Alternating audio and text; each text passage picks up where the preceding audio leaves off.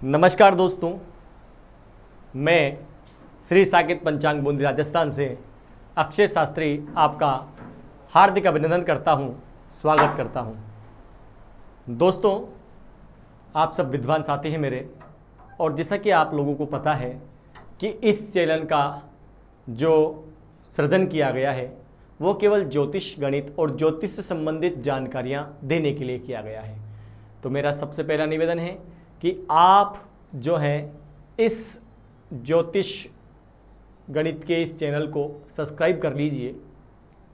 और आज ये प्रथम वीडियो है, हो सकता है थोड़ी सी कमी रहे, लेकिन कोशिश करूँगा कि आगे की वीडियो आपको बहुत अच्छे से मैं प्रस्तुत कर सकूं।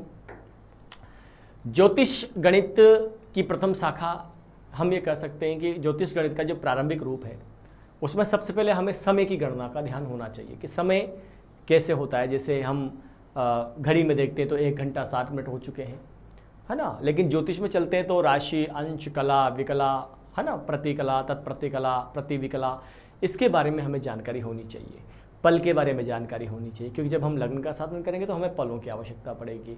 लंकोदय, स्वोदय, पलभा, चरखंड, अन्य और भी बहुत सारी चीज़ें, जिसमें सूर्य की क्रांति, सूर्य की परम क्रांति, सूर्य की आज की क्रांति, चर संस्कार, सूर्योदय, सूर्यास्त, मध्याह्न काल, दिनमान, रात्रिमान, पंचांग अंतर्गत पंचांग में तिथि, वार, नक्षत्र, योग, करण, तत्पश्चात इनके सबके समय का निर्धारण, चंद्र राशि, सूर्य राशि, बहुत सारी चीज़ें होती है जो छोटी छोटी चीज़ें हैं। लेकिन इनसे क्या होता है, देखो बहुत सारी ऐसा नहीं है कि आपको पंचांग नहीं आता होगा या आप पंचांग नहीं सीख रहे होंगे या आपके पास पंचांग उपलब्ध नहीं होगा। लेकिन जो आपके पास पंचांग उपलब्ध होता है वह एक स्थान विशेष का होता है। जैसे अभी मैं वर्तमान में जयपुर शहर में रहता हूँ, तो जयपुर शहर के जो अक्षांश है वो 26-55 होते हैं, ठीक है। तो 26-55 के अनुसार एक अक्षांश निर्धारण करके और पंचांग का निर्माण कर दिया। लेकिन अगर आप जयपुर जिले के आसपास निवाई के हैं तो निवाई के अक्षांश भिन्नता आ जाती है, टोंक के तो टोंक में और भिन्नता आती है। लेकिन अगर वही पंचांग बूंदी का व्यक्ति यूज़ करता है 26-55 अक्षांश को, तो उसमें काफ़ी भिन्नताएं देखने को मिलती है, क्योंकि बूंदी के अक्षांश 25-27 है। वर्तमान में बहुत सारे पंचांग प्रचलित हैं अन्य स्थानों से, लेकिन उसको फिर पंचांग परिवर्तन करना आना चाहिए। कोई भी विद्वान साथी जो है वो उस पंचांग का परिवर्तन कर सके, अपने स्थान के अनुसार उस पंचांग को बना सके। एक तो ये प्रक्रिया होती है। एक ये प्रक्रिया होती है कि आप बिना पंचांग का स्थान परिवर्तन किए स्वयं का गणना करके स्वयं की पंचांग आप बना सकते हैं। भारतीय मानक समय अनुसार सभी का समय समान रहेगा, लेकिन जब हम उसको घटी पथ में बदलेंगे, जब घटी और पल में बदलेंगे, तो सूर्योदय के अनुसार सभी के घटी पलों में अंतर आ जाएगा। यही कारण होता है कि आपकी तिथियों में अंतर आता है, और कृष्ण जन्माष्टमी एक दिन पहले एक दिन बाद में मनाई जाती है। गुजरात में कभी और मनाई जा रही है, राजस्थान में कभी और मनाई जा रही है। तो इन सब चीज़ों का निराकरण आप कर सकते हैं। अष्टमी तिथि का निर्णय कैसे होगा, है ना। कभी होता है नहीं साहब हमारे यहाँ तो 3 घटी की, हम तो ये आज ही मानेंगे। कोई कहता है कि साहब हमारे 2.5 घटी की, हम तो कल मानेंगे। तो बहुत सारी बातें हैं जो हम आपको बताएंगे। तो आज का जो हमारा बिंदु रहेगा वो रहेगा भारतीय काल गणना पर, यानी हम बात करेंगे काल परिचय की। काल का मतलब समय होता है, आप सब जानते हैं। तो मैं यहाँ कहूँगा कि ज्योतिष में काल का अर्थात समय ही होता है ना। देखो, ज्योतिष में काल का अर्थात समय का ही तो सारा खेल है। ज्योतिष में क्या है, काल को ही क्या कहते हैं भाई, समय कहते हैं ना। समय की गणना के लिए जो मान उस समय बने उनके विषय में मापक इस प्रकार थे। कभी समय की गणना किसी ने की होगी, हमारे गुरुजन रहे होंगे। उन गुरुजनों की स्तुति से हम आज की क्लास को शुरू करने वाले हैं। तो आप सब जुड़ जाइए कि गुरुर ब्रह्मा गुरुर्विष्णु गुरुर्देवो महेश्वर गुरुर्साक्षात् परब्रह्म तस्मै श्री गुरुवे नमः। अखंडमंडलाकारं व्याप्तं येन चराचरं तत्पदं दर्शितं येन तस्मै श्री गुरुवे नमः। तस्मै श्री गुरुवे नमः। गुरुजनों के श्री चरणों में प्रणाम करता हुआ, माता पिता के श्री चरणों में प्रणाम करता हुआ, माँ सरस्वती के श्री चरणों में प्रणाम करता हूँ। आज की क्लास का आरंभ करना चाहूँगा। तो ज्योतिष में काल का अर्थात समय का ही तो सारा खेल है। समय की गणना के लिए जो मान उस समय बने थे उनके विषय में मापक इस प्रकार थे कि एक लघु वर्ण के उच्चारण में जितना समय लगता है, एक लघु वर्ण के उच्चारण में जितना समय लगता है, या फिर हम यह कह सकते हैं कि एक बार पलक झपकने में जितना समय लगता है उसे मात्रा या निमेष कहा जाता है। एक बार पलक झपकने में जितना समय लगता है उसे क्या कहते हैं भाई? मात्रा कहते हैं, या फिर क्या कहते हैं? निमेष कहते हैं। इसी प्रकार टाइम्स की, समय की अलग अलग गणनाएं हुई। वो गणनाएं इस प्रकार हैं, आगे चलते हैं। देखिए, 2 निमेष बराबर 1 त्रुटि। एक त्रुटि में क्या होते हैं? 24 प्रति सेकंड होते हैं ना, 24 प्रति सेकंड, सेकंड का भी अब भाग है। 24 प्रति सेकंड में 60 प्रतिपल होते हैं और 60 प्रतिपल में 1 विपल होता है भाई। 10 त्रुटि में 1 प्राण, 1 प्राण बोले तो 4 सेकंड। कितना? 4 सेकंड। ठीक है, 4 सेकंड बराबर 10 विपल होते हैं। यहाँ 60 प्रति, यहाँ पे 24 प्रति सेकंड थे, तब कितने हुए? 1 विपल हुए। यानी अगर यहाँ 24 को 60 से गुणा कर लिया जाए तो 4 गुणा 60 और 24, यह बराबर आएगा मान। 6 प्राण बराबर 1 पल होता है। 1 पल बराबर 24 सेकंड होते हैं और 24 सेकंड बराबर 60 विपल होते हैं और 60 विपल बराबर 1 पल होता है।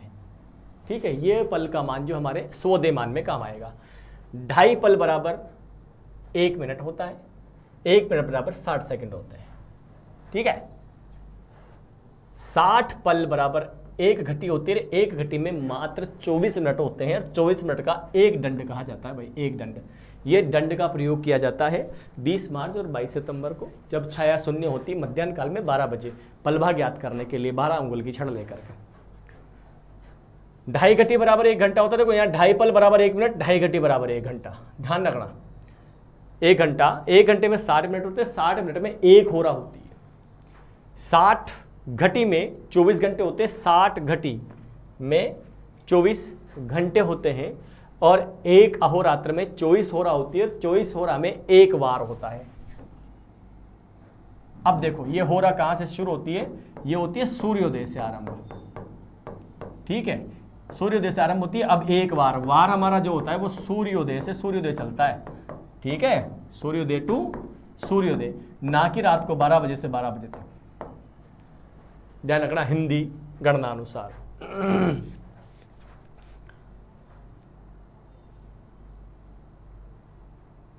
चलिए, अब 60 घटी में 24 घंटे कैसे हुए तो बता देता हूं मैं आपको।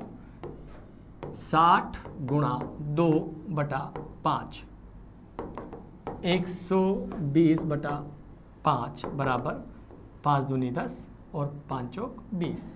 इसलिए क्या हो गया? 24 घंटा हो गया ना भाई। 60 प्रति सेकंड में 1 सेकंड होता है। 1 सेकंड में 2.5 विपल होते हैं। क्या होते हैं? 2.5 विपल होते हैं। खगोलमान क्या कहता है कि 60 प्रति विकला बराबर 1 विकला होती है, 60 विकला बराबर 1 कला होती है, 60 कला बराबर 1 अंश होता है, 30 अंश बराबर 1 राशि होती है और 12 राशि बराबर 1 भगन होता है। 1 भगन मतलब होता है नक्षत्रों का एक समूह। नक्षत्रों की संख्या 27 मानी गई है, अभिजीत सहित 28 मानी गई है। लेकिन मित्रों, यहाँ पर 12 राशियों में जो 27 नक्षत्र हैं उनका भ्रमण होता है और इन्हीं मानों के द्वारा नक्षत्र और राशियों के विषय में गणना की गई है। ये जो मान है ये बहुत इंपॉर्टेंट है, आप अपनी कॉपी में लिख लेना या आप स्क्रीनशॉट ले सकते हैं, कोई प्रॉब्लम नहीं है। चलिए, सबसे महत्वपूर्ण बात ये देखिए आप कि पूरे व्रत की परिधि 360 मान ली जाती है। देखिए कितनी मान ली जाती है?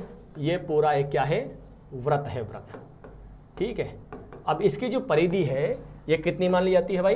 360 मान ली जाती है। एक काम करते हैं, इसको सही से लिख देते हैं ताकि आपको भी सुविधा हो।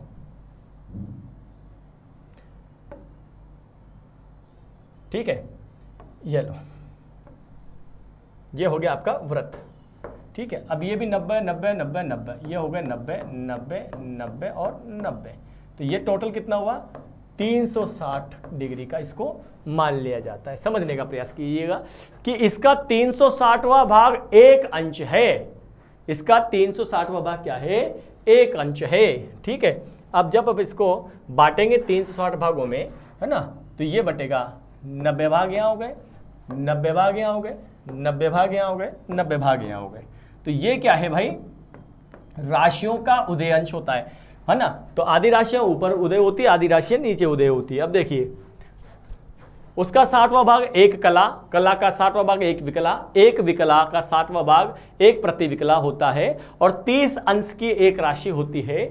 ग्रहों की गणना के लिए क्रांति व्रत के, जिसमें सूर्य भ्रमण करता है, दिखलाई देता है, 12 भाग माने जाते हैं, और इन 12 भागों को मेष, वृष, मिथुन, कर्क, सिंह, कन्या, तुला, वृश्चिक, धनु, मकर, कुंभ, मीन आदि 12 राशियों के नाम से पुकारा जाता है भाई। ठीक है, ग्रह की स्थिति बतलाने के लिए मेष आदि से लेकर ग्रह के राशि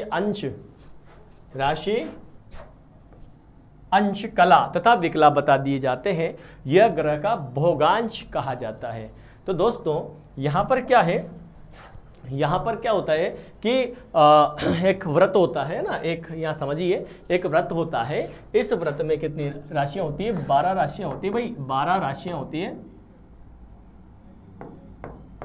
कैसे होती है वो भी आपको बता देता हूं कि 360 का 360वां भाग क्या होता है, 1/360 गुणा 360 बराबर एक अंश,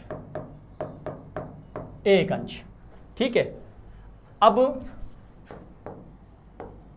360 बटा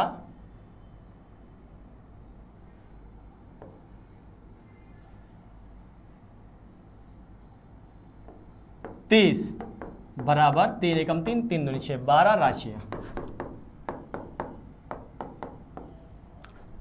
ठीक है, अब एक अंश गुणा राशिमान बराबर 1 गुणा 30 बराबर 30, तो 30 अंश की एक राशि होती है। ठीक है, तो इस प्रकार से इनको क्या है, बांट दिया जाता है। तो आशा करते हैं आपको हमारा ये वीडियो पसंद आया होगा, और प्रयास करेंगे हम रेगुलर आपको ज्योतिष गणित की जानकारी दें। अभी हमने काल गणना के बारे में जानकारी की, कल हम सूर्य की क्रांति के बारे में, केवल परम क्रांति के बारे में जानकारी लेंगे, फिर हम सूर्य की क्रांति के बारे में जानकारी लेंगे, फिर चर संस्कार के बारे में जानकारी लेंगे, फिर उससे दिन मान इत्यादि की जानकारी लेंगे। सूर्योदय सूर्यास्त की अलग अलग जानकारी आपको उपलब्ध हो जाएगी। इस प्रकार से आपको आपकी जो उपयोगी है आप उसे देखिए, और सब्सक्राइब जरूर कीजिएगा दोस्तों, लाइक जरूर कीजिएगा। प्रयास प्रथम है, बाकी कोशिश अच्छे की करेंगे। जय हिंद, जय भारत, जयतु भारतम, जयतु संस्कृतम। श्री साकेत पंचांग आपका हार्दिक अभिनंदन करता है, स्वागत करता है। धन्यवाद दोस्तों।